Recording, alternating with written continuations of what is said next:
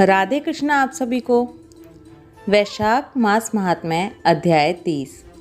मिथिलापति ने पूछा, हे ब्राह्मण, इस वैशाख मास में और कौन कौन सी तिथियां पुण्यदायिनी हैं?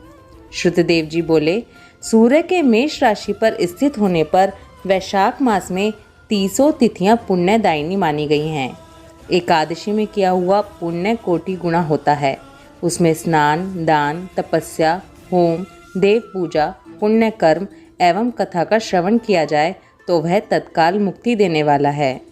जो रोग आदि से ग्रस्त और दरिद्रता से पीड़ित हो, वह मनुष्य इस पुण्यमयी कथा को सुनकर कृतकृत्य होता है। वैशाख मास मन से सेवन करने योग्य है, क्योंकि वह समय उत्तम गुणों से युक्त है।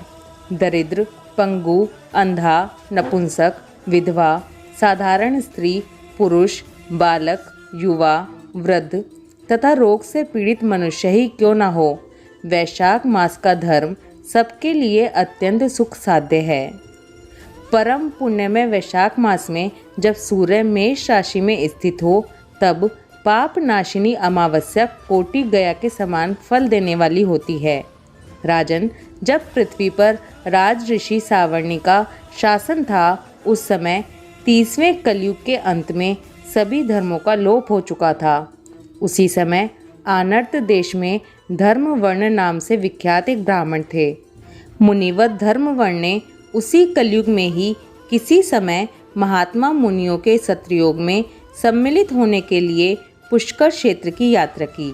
वहाँ कुछ व्रतधारी महर्षियों ने कलयुग की प्रशंसा करते हुए इस प्रकार कहा था, सतयुग में भगवान विष्णु को संतुष्ट करने वाला जो पुण्य 1 वर्ष में साध्य है, वही त्रेता में 1 मास में और द्वापर में 15 दिनों में साध्य होता है। परंतु कलयुग में भगवान विष्णु का स्मरण कर लेने से ही उससे 10 गुना पुण्य होता है। कलिकाल में बहुत थोड़ा पुण्य भी कोटि गुना होता है। जो एक बार भी भगवान का नाम लेकर दया दान करता है और दुर्भिक्ष में अन्न देता है, वह निश्चय ही उधर्व लोक में गमन करता है। धर्मवर्ण ने भी यह बात सुनकर भूलोक को त्याग देने का विचार किया। उन्होंने ब्रह्मचर्य व्रत धारण करके दंड और कमंडलू हाथ में लिया और जटा वल्कलधारी होकर वे कलयुग के अनाचारी पुरुषों को देखने के लिए घर छोड़कर चल दिए। उनके मन में बड़ा विस्मय हो रहा था। उन्होंने देखा, प्राय मनुष्य पापाचार में प्रवृत्त हो बड़े भयंकर एवं दुष्ट हो गए हैं। ब्राह्मण पाखंडी हो चले हैं, शूद्र संन्यास धारण करते हैं, पत्नी अपने पति से द्वेष रखती है, शिष्य अपने गुरु से वैर करता है, सेवक स्वामी के और पुत्र पिता के घात में लगा हुआ है। ब्राह्मण शूद्रवत और गौएं बकरियों के समान हो गई हैं। वेदों में गाथा की ही प्रधानता रह गई है। शुभ कर्म साधारण लौकिक कृत्यों के ही समान रह गए हैं। इनके प्रति किसी की महत्व बुद्धि नहीं है। भूत, प्रेत और पिशाच आदि की उपासना चल पड़ी है। सब लोग मैथुन में आसक्त हैं और उसके लिए अपने प्राण भी खो बैठते हैं। सब लोग झूठी गवाही देते हैं। मन में सदा छल और कपट भरा रहता है। कलयुग में सदा लोगों के मन में कुछ और, वाणी में कुछ और तथा क्रिया में कुछ और ही देखा जाता है। सबकी विधा किसी न किसी स्वार्थ को लेकर ही होती है और केवल राजभवन में उसका आदर होता है। संगीत आदि कलात्मक विधाएं भी राजाओं को प्रिय हैं। कली में अधम मनुष्य पूजे जाते हैं और श्रेष्ठ पुरुषों की अवहेलना होती है। कली में वेदों के विद्वान ब्राह्मण दरिद्र होते हैं। लोगों में प्राय भगवान की भक्ति नहीं होती। पुण्य क्षेत्र में पाखंड अधिक बढ़ जाता है। शूद्र लोग जटाधारी तपस्वी बनकर धर्म की व्याख्या करते हैं। सभी मनुष्य अल्पायु, दयाहीन और शठ होते हैं। कली में सभी धर्म के व्याख्यात बन जाते हैं और दूसरों से कुछ लेने में ही उत्सव मानते हैं। अपनी पूजा कराना चाहते हैं और व्यर्थ ही दूसरों की निंदा करते हैं। अपने घर आने पर सभी अपने स्वामी के दोषों की चर्चा में तत्पर रहते हैं। कली में लोग साधुओं को नहीं जानते, पापियों का तो बहुत ही आदर करते हैं। दुराग्रही लोगों इतने दुराग्रही होते हैं कि साधु पुरुषों के एक दोष का भी ढिंढोरा पीटते हैं और पाप आत्माओं के दोष समूह को भी गुण बतलाते हैं। कली में गुणहीन मनुष्य दूसरों के गुण ना देखकर उनके दोष ही ग्रहण करते हैं। जैसे पानी में रहने वाली जोंक प्राणियों के रक्त पीती है, जल नहीं पीती, उसी प्रकार जोंक के धर्म से संयुक्त हो मनुष्य दूसरे का रक्त चूसते हैं। औषधियाँ शक्तिहीन होती हैं, ऋतुओं में उलटफेर हो जाता है, सब राष्ट्रों में अकाल पड़ता है, कन्या योग्य समय में संतान उत्पत्ति नहीं करती, लोग नट और नर्तकों की विधाओं से विशेष प्रेम करते हैं। जो वेद वेदांत की विधाओं में तत्पर और अधिक गुणवान हैं, उन्हें अज्ञानी मनुष्य सेवक की दृष्टि से देखते हैं, वे सबके सब भ्रष्ट होते हैं। कली में प्राय लोग श्राद्ध कर्म का त्याग करते हैं, वैदिक धर्मों को छोड़ बैठते हैं। जिह्वा पर भगवान विष्णु के नाम कभी नहीं आते। लोग श्रृंगार रस में आनंद का अनुभव करते हैं और उसी के गीत गाते हैं। कलयुग के मनुष्यों में ना कभी भगवान विष्णु की सेवा देखी जाती है, ना शास्त्रीय चर्चा होती है, ना कहीं यज्ञ की दीक्षा है, ना विचार का लेश है, ना तीर्थ यात्रा है और ना ही दान धर्मी होते देखे जाते हैं। यह कितने आश्चर्य की बात है। उन सबको देखकर धर्म वर्ण को बड़ा भय लगा।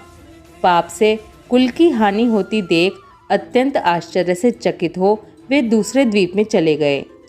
सब द्वीपों और लोकों में विचरते हुए बुद्धिमान धर्मवर्ण किसी समय कौतूहलवश पितृलोक में गए। वहाँ उन्होंने कर्म से कष्ट पाते हुए पितरों को बड़ी भयंकर दशा में देखा। वे दौड़ते, रोते और गिरते पड़ते थे। उन्होंने अपने पितरों को भी नीचे अंधकूप में पड़े हुए देखा। उनको देखकर आश्चर्यचकित हो दयालु धर्मवर्ण ने पूछा, आप लोग कौन हैं? किस दुस्तर कर्म के प्रभाव से इस अंधकूप में पड़े हैं? पितरों ने कहा, हम श्री वत्स गोत्र वाले हैं। पृथ्वी पर हमारी कोई संतान नहीं रह गई है, अतः हम श्राद्ध और पिंड से वंचित हैं, इसलिए यहाँ हमें नरक का कष्ट भोगना पड़ता है। संतानहीन दुरात्माओं का अंधकूप में पतन होता है। हमारे वंश में एक ही महायशस्वी पुरुष है जो धर्मवर्ण के नाम से विख्यात है, किंतु वह विरक्त होकर अकेला घूमता फिरता है। उसने गृहस्थ धर्म को नहीं स्वीकार किया है। वह एक ही तंतु हमारे कुल में अवशिष्ट है। उसकी भी आयु क्षीण हो जाने पर हम लोग घोर अंधकूप में गिर पड़ेंगे, जहाँ से फिर निकलना कठिन होगा। इसलिए तुम पृथ्वी पर जाकर धर्मवर्ण को समझाओ। हम लोग दया के पात्र हैं। हमारे वचनों से उसको यह बताओ कि हमारी वंश रूपा दुर्वा को काल रूपी चूहा प्रतिदिन खा रहा है। क्रमशः सारे वंश का नाश हो गया है, एक तुम ही बचे हो। जब तुम भी मर जाओगे तब संतान परंपरा ना होने के कारण तुम्हें भी अंधकूप में गिरना पड़ेगा। इसलिए गृहस्थ धर्म को स्वीकार करके संतान की वृद्धि करो। इससे हमारी और तुम्हारी दोनों की उधर्व गति होगी। यदि एक भी पुत्र वैशाख, माघ या कार्तिक मास में हमारे उद्देश्य से स्नान, श्राद्ध और दान करेगा तो उससे हम लोगों की उधर्व गति होगी और नरक से उद्धार हो जाएगा। यदि एक पुत्र भी भगवान विष्णु का भक्त हो जाए, एक भी एकादशी का व्रत रखने लगे, या यदि एक भी भगवान विष्णु की पाप नाशक कथा श्रवण करे तो उसकी 100 भावी पीढ़ियों का उद्धार होता है। वे पीढ़ियां पाप से आवृत होने पर भी नरक का दर्शन नहीं करती। दया और धर्म से रहित उन बहुत से पुत्रों के जन्म से क्या लाभ जो कुल में उत्पन्न होकर सर्वव्यापी भगवान नारायण की पूजा नहीं करते। इस प्रकार प्रिय वचनों द्वारा धर्म वर्ण को समझाकर तुम उसे विरक्ति पूर्ण ब्रह्मचर्य आश्रम से गृहस्थ आश्रम में प्रवेश करने की सलाह दो। पितरों की यह बात सुनकर धर्मवर्ण अत्यंत विस्मित हुआ और हाथ जोड़कर बोला, मैं ही धर्मवर्ण नाम से विख्यात आपके वंश का दुराग्रही बालक हूँ। यज्ञ में महात्मा नारद जी का यह वचन सुनकर कि कलयुग में प्राय कोई भी रसनेन्द्रिय और शिष्णेन्द्रिय को दृढ़ता पूर्वक संयम में नहीं रखता, मैं दुर्जनों की संगति से भयभीत हो अब तक दूसरे द्वीपों में घूमता रहा। इस कलयुग के 3 चरण बीत गए। अंतिम चरण में भी 3.5 भाग व्यतीत हो चुके हैं। मेरा जन्म व्यर्थ बीता है, क्योंकि जिस कुल में मैंने जन्म लिया उसमें माता पिता के ऋण को भी मैंने नहीं चुकाया। पृथ्वी के भारभूत उस शत्रु तुल्य पुत्र के उत्पन्न होने से क्या लाभ, जो पैदा होकर भगवान विष्णु और देवताओं तथा पितरों की पूजा ना करे। मैं आप लोगों की आज्ञा का पालन करूंगा। बताइए, पृथ्वी पर किस प्रकार मुझे कलयुग से और संसार से भी बाधा नहीं प्राप्त होगी। धर्म वर्ण की बात सुनकर पितरों के मन को कुछ आश्वासन मिला। वे बोले, बेटा तुम गृहस्थ आश्रम स्वीकार करके संतान उत्पत्ति के द्वारा हमारा उद्धार करो। जो भगवान विष्णु की कथा में अनुरक्त होते, निरंतर श्री हरि का स्मरण करते और सदाचार के पालन में तत्पर रहते हैं, उन्हें कलयुग बाधा नहीं पहुंचाता। मानद जिसके घर में शालिग्राम शिला या महाभारत की पुस्तक हो, उसे भी कलयुग बाधा नहीं दे सकता। जो वैशाख मास के धर्मों का पालन करता, माघ स्नान में तत्पर होता और कार्तिक में दीप देता है, उसे भी कली की बाधा नहीं प्राप्त होती। जो प्रतिदिन महात्मा भगवान विष्णु की पाप नाशक एवं मोक्षदायिनी दिव्य कथा सुनता है, जिसके घर में बलि वैश्वदेव होता है, शुभकारिणी तुलसी स्थित होती है तथा जिसके आंगन में उत्तम गौ रहती है, उसे भी कलयुग बाधा नहीं देता। अतः इस पापात्मक युग में भी तुम्हें कोई भय नहीं है। बेटा शीघ्र पृथ्वी पर जाओ। इस समय वैशाख मास चल रहा है। यह सबका उपकार करने वाला मास है। जो वैशाख की अमावस्या तिथि है, वह मनुष्यों को मोक्ष देने वाली है। देवताओं और पितरों को वह बहुत प्रिय है। जो उस दिन पितरों के उद्देश्य से श्राद्ध करते और जल से भरा हुआ घड़ा एवं पिंड देते हैं, उन्हें अक्षय की प्राप्ति होती है। पितरों के इस प्रकार आदेश देने पर धर्मवर्ण मुनि शीघ्रता पूर्वक भूलोक में गए।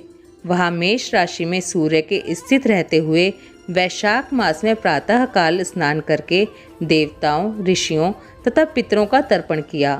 फिर कुंभदान सहित पाप विनाशक श्राद्ध करके उसके द्वारा पितरों को पुनरावृत्ति रहित मुक्ति प्रदान की। तत्पश्चात उन्होंने स्वयं विवाह करके उत्तम संतान को जन्म दिया और लोक में उस पाप नाशिनी अमावस्या तिथि को प्रसिद्ध किया। तदंतर वे भक्ति पूर्वक भगवान की आराधना करने के लिए हर्ष के साथ गंधमादन पर्वत पर चले गए।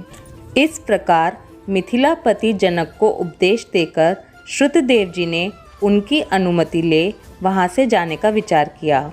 वस्त्र, आभूषण, गौ, भूमि, तिल और सुवर्ण आदि से उनकी पूजा और वंदना करके राजन ने उनकी परिक्रमा की। तत्पश्चात उनसे विदा हो महातेजस्वी एवं परम यशस्वी श्रुतदेव जी संतुष्ट होकर प्रसन्नता पूर्वक वहां से अपने स्थान को गए। राजा ने वैशाख धर्म का पालन करके मोक्ष प्राप्त किया। नारद जी कहते हैं, अम्बरीश, यह उत्तम उपाख्यान मैंने तुम्हें सुनाया है, जो कि सब पापों का नाशक तथा संपूर्ण संपत्तियों को देने वाला है। इससे मनुष्य भुक्ति, मुक्ति, ज्ञान एवं मोक्ष पाता है। नारद जी का यह वचन सुनकर महायशस्वी राजा अम्बरीश मन ही मन बहुत प्रसन्न हुए। उन्होंने बाह्य जगत के व्यापारों से निवृत्त होकर मुनि को साष्टांग प्रणाम किया और अपने संपूर्ण वैभवों से उनकी पूजा की। तत्पश्चात उनसे विदा लेकर देवऋषि नारद जी दूसरे लोक में चले गए। राजऋषि अम्बरीश ने भी नारद जी के बताए हुए सब धर्मों का अनुष्ठान करके निर्गुण परब्रह्म परमात्मा में विलीन हो गए। जो इस पाप नाशक एवं पुण्यवर्धक उपाख्यान को सुनता या पढ़ता है, वह परम गति को प्राप्त होता है। वैशाख महात्म संपूर्णम। आशा करती हूँ आपने भी पूरे भाव के साथ वैशाख मास महात्म्य सुना होगा।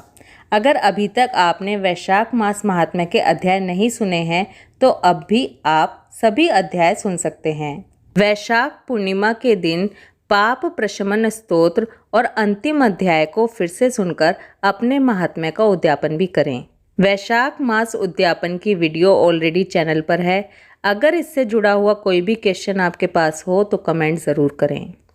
ओम माधवाय नमः। राधे कृष्णा।